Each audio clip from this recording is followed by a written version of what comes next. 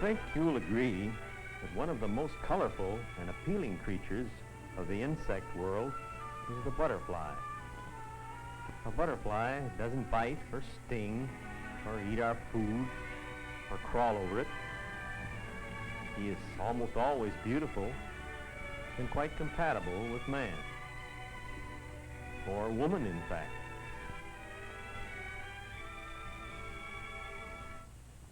On the other hand, one of the most unappealing and distasteful insects to most of us is the crawling, creeping caterpillar, greedily chewing up a favorite plant in our garden.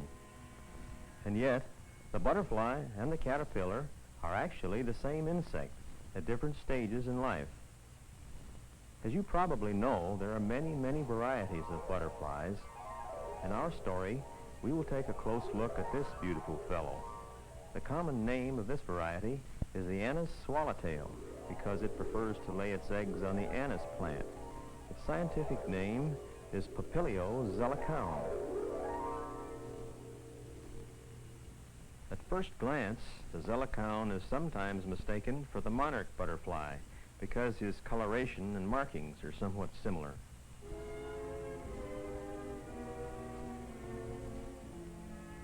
The zellicoum, or anise swallowtail, is found mainly in the western United States, ranging from Southern California clear up to Vancouver Island, and east as far as Arizona and Colorado.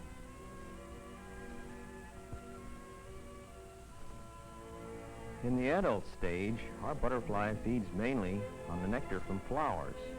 He has a long, hollow tongue, or proboscis, which coils up like a watch spring when not in use. When sucking the nectar from flowers, he uses it like a soda straw.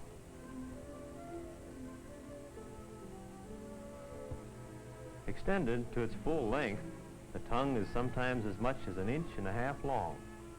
Sometimes it also becomes a handy gadget for use in hanging onto a branch. You probably think of a butterfly as having 2 wings. Notice that he really has 4.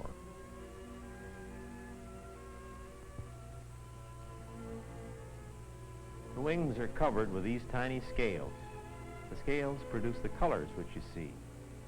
Butterflies and moths all have scales on their wings similar to this, which accounts for this insect order being named Lepidoptera. The word Lepidoptera comes from Greek words meaning scaly wing. Like a housefly, our butterfly has 2 compound eyes. Compound eyes have hundreds of tiny lenses instead of 1 big lens as in our eyes. As an adult, he sees quite well. As a caterpillar, he can probably only distinguish between light and dark with rudimentary eyes called ocelli. Mating usually takes place high in the air, and soon the female starts looking for an anise plant. The true name of this plant is sweet fennel, but it is often erroneously called anise in this country. Sweet fennel was originally imported and grown for food purposes. It spread like a weed.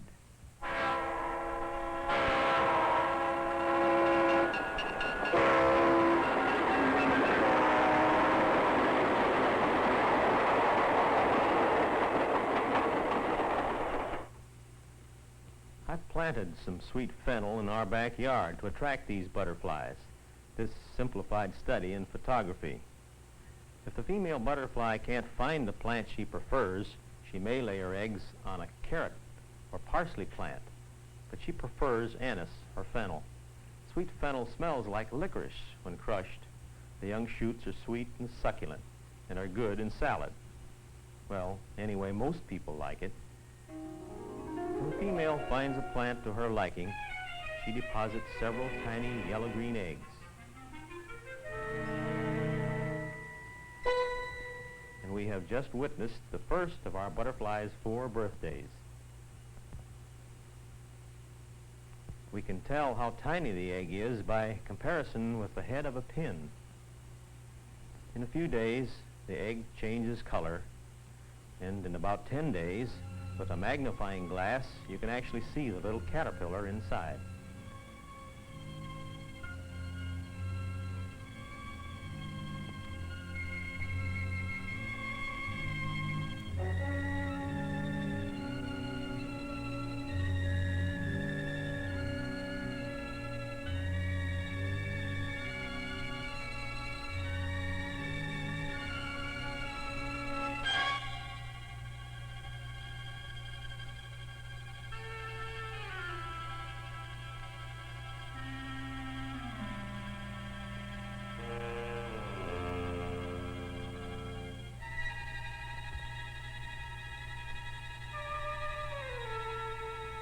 And so, at birthday number 2, the egg becomes a baby caterpillar.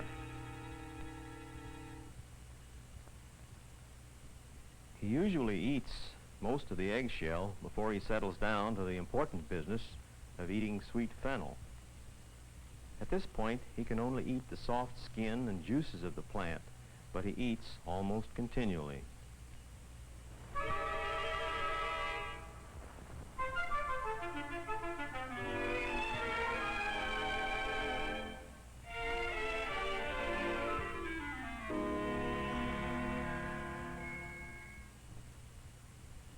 He was about 1/16 of an inch long at birth.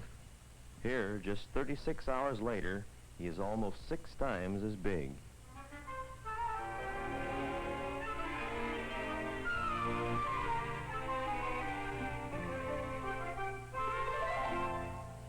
He eats and grows almost unbelievably fast, so fast, in fact, that his skin can't keep up with it. Notice how tight it's becoming.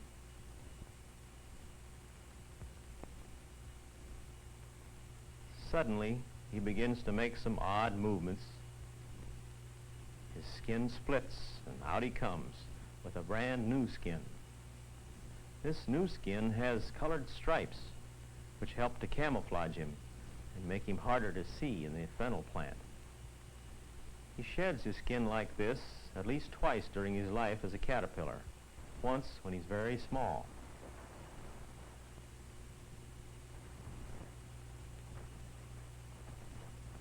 Nothing goes to waste. He eats the old skin.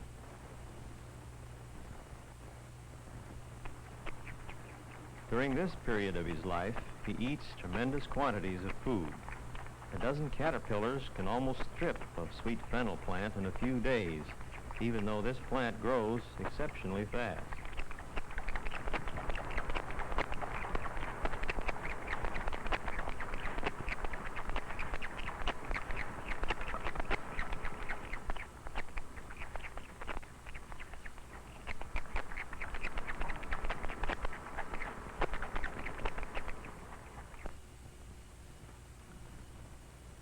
Soon, the ground beneath the plant is covered with droppings.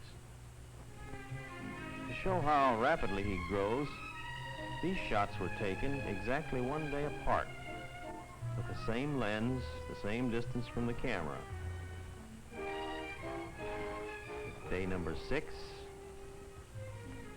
1 week, 8 days, 9 days, 10, 11 days in a new skin, 12, 13 days, and he's almost 2 inches long. Suddenly, one day, he becomes nervous and starts to climb down out of the plant that has been his home.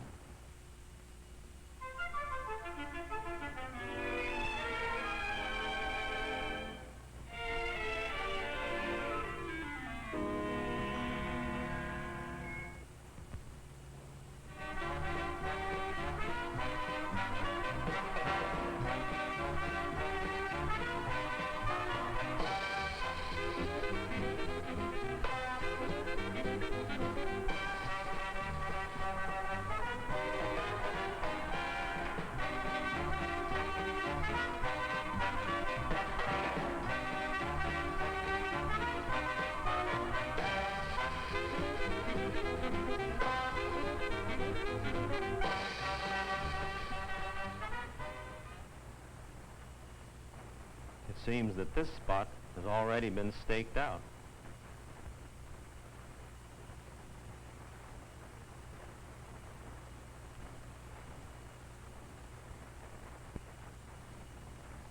Oh well, there's no use getting violent about it. This looks good. As he climbs up the branch, he spins a web of silk.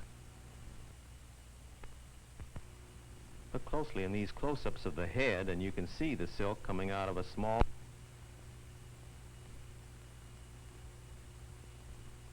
He spins the silk almost continually while climbing. He uses it as a sort of safety rope, as you see here. The silk is very strong, One strand will support him if he falls, and he can climb up practically any surface by making a ladder of silk.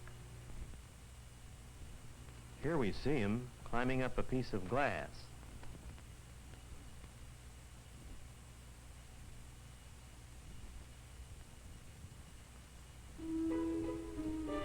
However, now he has other purposes than climbing in mind.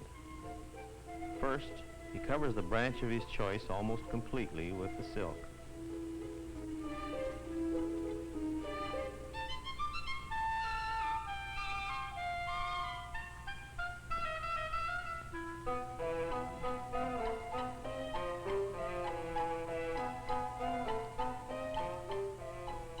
Then he weaves one big wad of silk.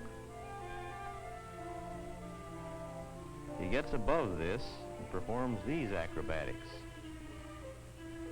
On the underside of his tail, there are two rings of stiff bristles. These become entangled in the wad of silk.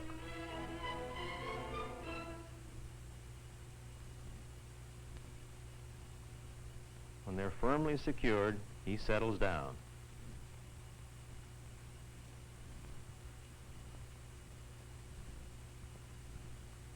Then he starts the intricate job of weaving a special loop.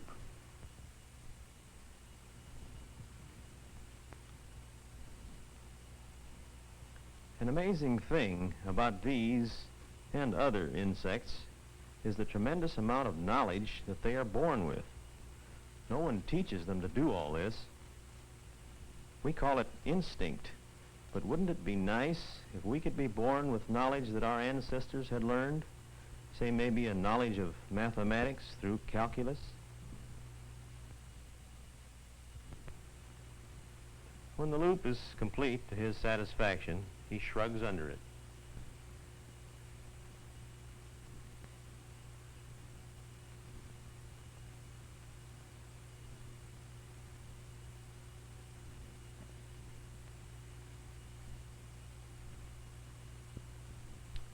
"20 or 25 strands of silk, relatively almost as strong as a steel cable."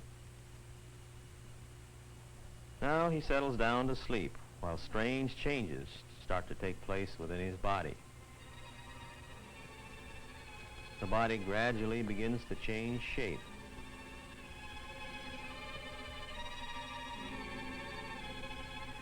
It arches back from the stem until it's entirely supported by the silk. By the way, this is a different caterpillar from the first one we were watching. It is of somewhat darker coloration. The shiny black things you see toward the top are his front feet, tucked up under his chin.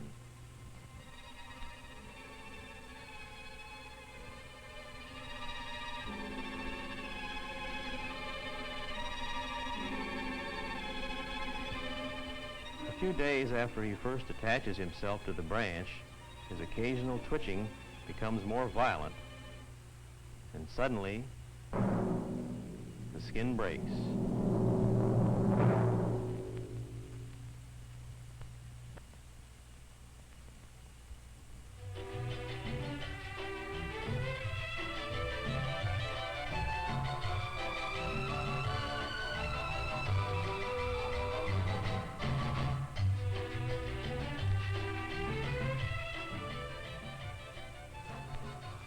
This is sort of like trying to get out of a girdle with a belt on and your hands tied behind your back.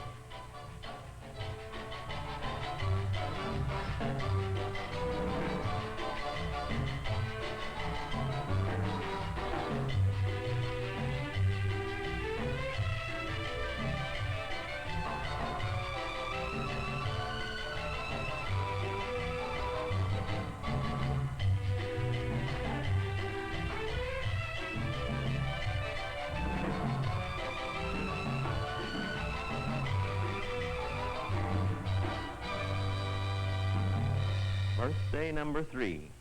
He is now in the pupa or chrysalis stage. On contact with the air, the chrysalis hardens and changes color. They usually are a light green color at first, gradually darkening with age. However, sometimes they will be quite different colors.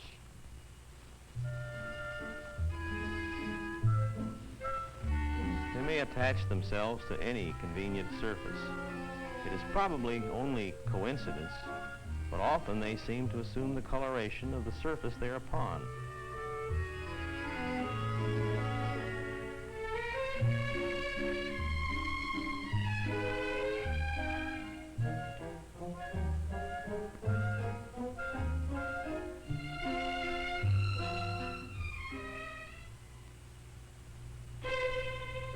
One day, I noticed what seemed to be a tiny fly on a chrysalis. Closer investigation showed it to be a little wasp, and it turned out that this tiny fellow is probably the worst enemy that our Anis butterfly has. He is less than 1/8 of an inch long and has the mouth-filling name Pteromelus puparum. Research showed that he was imported from Europe years ago to control the white cabbage butterfly.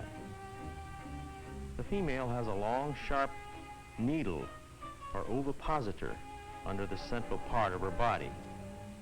Here she is using the needle to laboriously drill a hole in the hard chrysalis. Look closely under the body and you can see the needle. When the drilling is complete, it appears that she lays her eggs in the hole. The butterfly chrysalis cannot move, of course, except to twitch a little, and is completely helpless. So this tiny little wasp, about the size of a gnat, is probably the main reason that the Anis butterfly is not much more plentiful than it is. If the chrysalis is cut open in a few days, it will be almost completely filled with these tiny larvae.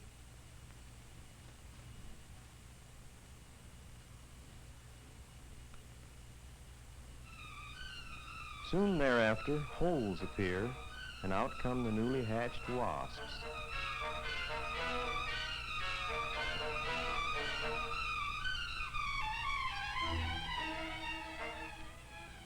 The first thing they do as adults is to mate. Then they fly off, and all that is left is the dead shell of our chrysalis. During the caterpillar stage, one of the ways he discourages enemies is to stick out these orange horns. They give off an offensive odor, and probably this discourages birds.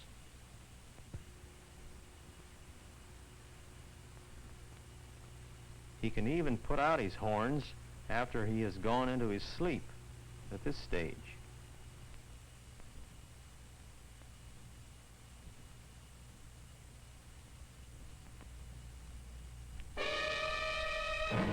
However, one enemy that it takes more than a bad odor to discourage is the praying mantis.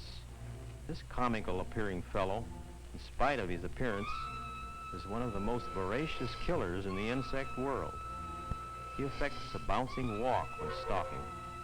This fools his intended prey into thinking he is a leaf or a twig blown by the wind.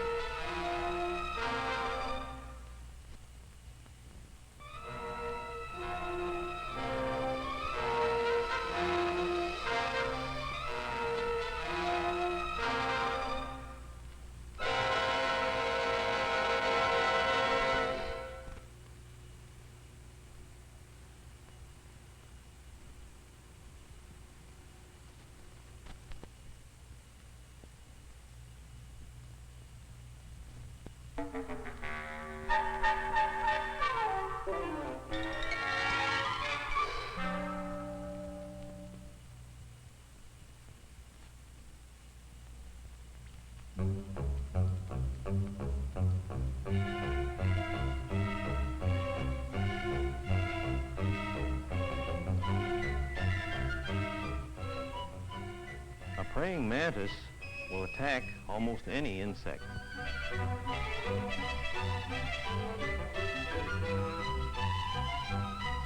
It looks like he has decided to try a little butterfly for dessert.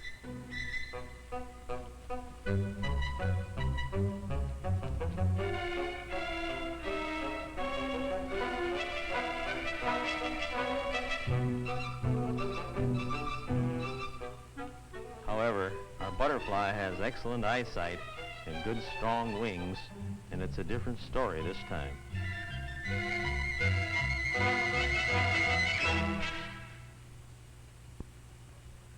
If our chrysalis is lucky enough to survive his enemies, one day a crack appears.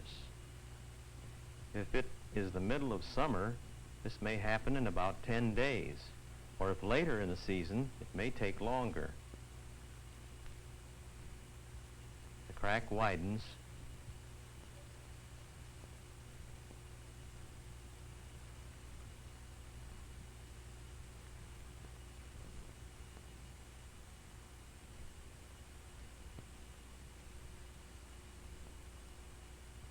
Then a last desperate effort,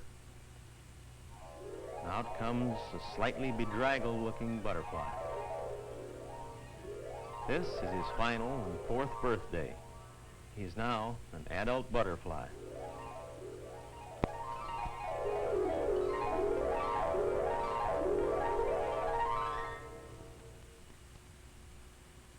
The blood starts to pump into his wings, and they begin to take shape.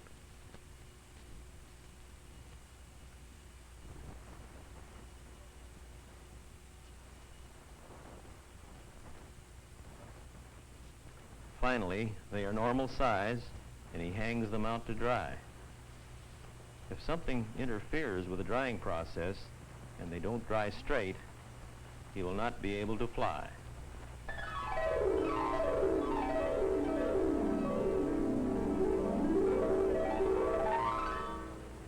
And so we have seen all 4 of our butterflies' birthdays, the complete life cycle. We started as an adult, then the egg, the larva or caterpillar, pupa or chrysalis, and finally the adult again. This whole process, the changing from one form to another, is known as metamorphosis.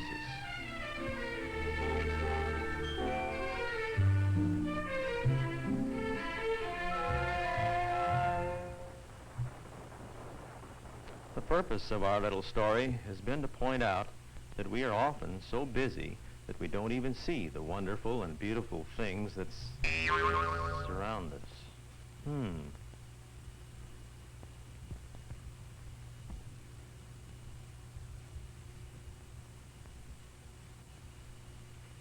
Sidney! I thought you told me you were going to photograph butterflies. Yes, dear. As I was saying, the purpose of our little story has been to point out that we are surrounded by wonderful and interesting things if we will just take the time and trouble to notice.